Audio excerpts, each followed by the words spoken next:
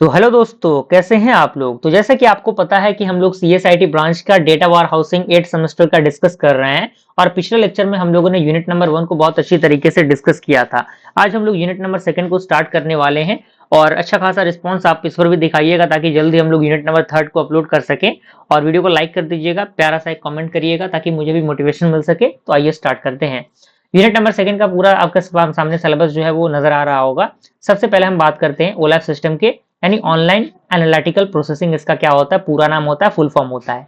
अब हम basic concept की बात करें इसके, तो बेसिक कंसेप्ट इसका दिया हुआ है जो कि आप यहाँ पे देख सकते हैं क्या है। ठीक है, तो यहाँ पे आपके सामने वो दिया गया है। यहाँ पे कह रहा है कि online analytical processing is a technology use to analyse multi dimensional data in a data ware house. यानी जो आपका ओलैप होता है, एक प्रकार का टेक्नोलॉजी होता है जिसका हम यूज करते हैं एनालाइज करने के लिए बहुत सारे यानी मल्टी डायमेंशनल डेटा को डेटा वेयर हाउस के अंदर।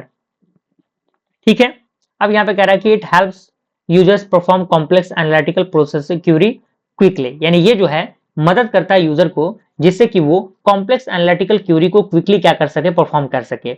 अब ओलैप जो है वो मेनली यूज होते हैं किस चीज के लिए भाई, बिजनेस इंटेलिजेंस के लिए यूज होते हैं, डिसीजन मेकिंग के लिए यूज होते हैं, डेटा एनालिसिस के लिए यूज होते हैं। जैसे एग्जांपल की बात करें, sales analysis in year region and product. मान लीजिए कोई भी सेल्स हम सेल कर रहे हैं, तो एक साल में इस साल में कितना उसका सेल हुआ, इस रीजन में कितना सेल हुआ और ये प्रोडक्ट कौन सा था, ये चीजें डिफाइन करती है। दूसरा हमारा आता है ओलैप क्यूरीज। क्या होती है ओलैप क्यूरीज भाई, कह रहा है कि OLAP queries are used to retrieve and analyse multi dimensional data from the data ware house. यानी जो आपका ओलैप क्यूरीज होते हैं वो यूज किए जाते हैं रिट्रीव करने के लिए और एनालाइज करने के लिए मल्टी डायमेंशनल डेटा को from the data ware house. Common OLAP queries की बात करें वो इंक्लूड करता है सेल्स बाय ईयर, यानी एक साल में यानी सालाना कितना सेल हो रहा है, प्रॉफिट बाय रीजन यानी रीजन वाइज कितना प्रॉफिट हो रहा है, प्रोडक्ट परफॉर्मेंस एनालिसिस क्या है यानी प्रोडक्ट आखिर कैसा क्या है उसका परफॉर्मेंस, ट्रेंड एनालिसिस यानी ट्रेंड क्या है उसका। अब यहाँ पे अगला पॉइंट कह रहा है कि OLAP queries allow fast summarisation and aggregation of large data sets. यानी जो ओलैप क्यूरीज है वो अलाउ करता है फास्ट समराइजेशन को और एग्रीगेशन को एक बड़े डेटा सेट के लिए। क्लियर हुआ, चलिए अब हमारा आता है टाइप ऑफ ओलैप सर्वर, यानी ओलैप सर्वर कितने टाइप के होते हैं। तो यहाँ पे सबसे पहला आपका आता है रोलैप, रिलेशनल ऑनलाइन एनालिटिकल प्रोसेसिंग। ठीक है, तो यहाँ पे कह रहा है कि स्टोर डेटा इन रिलेशनल डेटाबेस, यानी डेटा को स्टोर करना किसमें, एक रिलेशनल डेटाबेस में। ठीक है, यूजर्स एसक्यूएल क्यूरीज, यानी ये एसक्यूएल क्यूरीज को यूज करेगा एंड ये सुटेबल होगा बड़े डेटा वेयर हाउस के लिए। ठीक है, एडवांटेज क्या है इसका भाई, ये हैंडल करता है लार्ज डेटा वॉल्यूम को और ये स्केलेबल होता है। डिसएडवांटेज ये कि इसका जो क्यूरी परफॉर्मेंस होता है वो स्लोअर होता है। ठीक है ना। दूसरा हमारा आता है MOLAP. MOLAP stand for the multi dimensional online analytical processing, यानी डेटा स्टोर होते हैं मल्टी डायमेंशनल क्यूब्स में और ये प्रोवाइड करता है फास्ट क्यूरी परफॉर्मेंस को। एडवांटेजेस की बात करें, हाई परफॉर्मेंस होता है, फास्ट कैलकुलेशन करता है ये। डिसएडवांटेज क्या है, ये रिक्वायर करता है काफी ज्यादा स्टोरेज को। ठीक है ना। थर्ड हमारा आता है HOLAP. HOLAP stand for the hybrid online analytical process और ये बेसिकली कॉम्बिनेशन होता है रोलैप एंड मोलैप का। ठीक है, यानी ये डिटेल स्टोर करता है, डिटेल डेटा स्टोर होते हैं एक रिलेशनल डेटाबेस में और समरी डेटा जो है वो स्टोर होते हैं मल्टी डायमेंशनल क्यूब में। एडवांटेजेस की बात करें, बैलेंस परफॉर्मेंस हो गया, एफिशिएंट स्टोरेज हो गया। ठीक है, चलिए अगला हमारा आता है ओलैप ऑपरेशन, यानी ओलैप पे कौन कौन से ऑपरेशन परफॉर्म किए जाते हैं। ठीक है ना, तो यहाँ पे ओलैप के अंदर अलग अलग ऑपरेशन परफॉर्म किए जाते हैं, जैसे कि आपका रोलअप है। ठीक है, तो aggregation of data from lower level to higher level, यानी लो लेवल से हाई लेवल तक डेटा के एग्रीगेशन। जैसे आपका सिटी, स्टेट, कंट्री, यानी चीज सिटी से निकल के स्टेट पे जा रही है, स्टेट से निकल के कंट्री में जा रही है। ठीक है ना। दूसरा हमारा था ड्रिल डाउन, यानी ये अपोजिट होता है रोल अप के, जैसे कि कंट्री, स्टेट एंड सिटी इसके अंदर आ गया। ठीक है ना, यानी ये ब्रेक करता है डेटा को into the more detail level, यानी काफी अधिक डिटेल में जाता है चीजों के, जैसे कि आपका कंट्री हो गया, उसके स्टेट हो गया, सिटी हो गया, इस तरीके से। स्लाइस की बात करें, कह रहा है selecting a single dimension from the cube, यानी सेलेक्ट करना एक सिंगल डायमेंशनल को क्यूब से। ठीक है, जैसे कि आपका सेल्स डेटा फॉर 2024 ओनली, यानी केवल 2024 का जो सेल्स डेटा है वो इसके अंदर आ रहा है।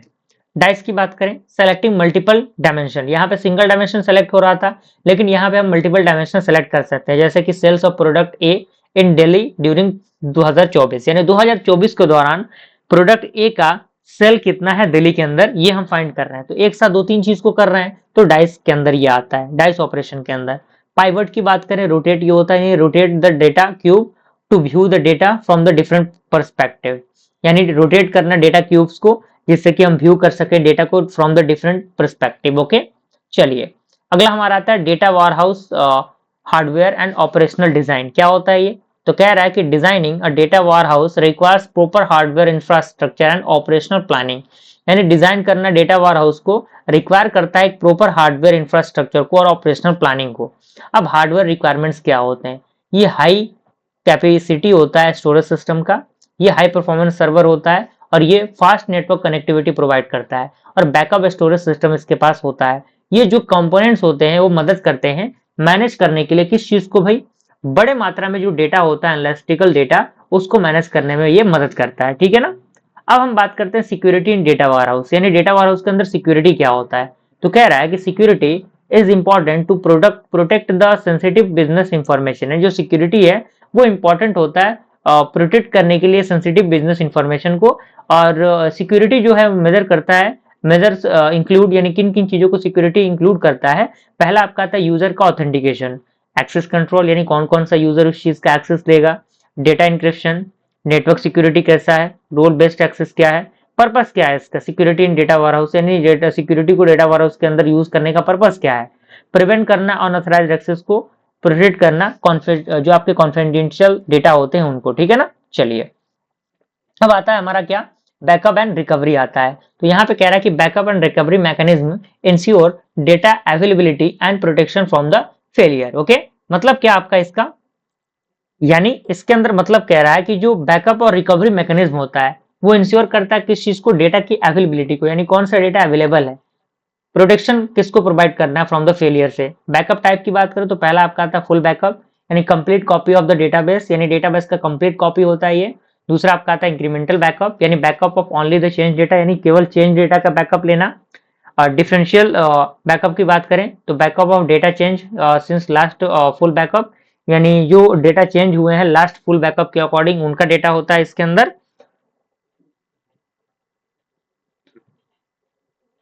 रिकवरी प्रोसेस की हम बात करें तो रिकवरी प्रोसेस जो है मदद करता है स्टोर करने के लिए सिस्टम को आफ्टर यानी आफ्टर द हार्डवेयर फेलियर। मान लीजिए हार्डवेयर फेल हो गया, उसके बाद इस चीज को ये जो है वो मदद करता है इस चीज में। सॉफ्टवेयर क्रैश अगर कर गया तब ये मदद करता है। डेटा कॉर्पोरेशन के अंदर मदद करता है, साइबर अटैक के अंदर मदद करता है।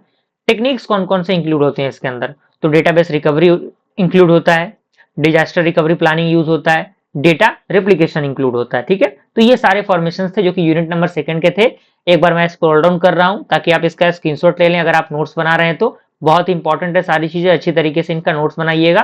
ठीक है, और वीडियो पसंद आया लाइक जरूर करिएगा और ज्यादा से ज्यादा अपने फ्रेंड सर्कल में शेयर करिएगा ताकि वो लोग भी इन चीजों को देखें और इनका फायदा उठा सके। ठीक है ना।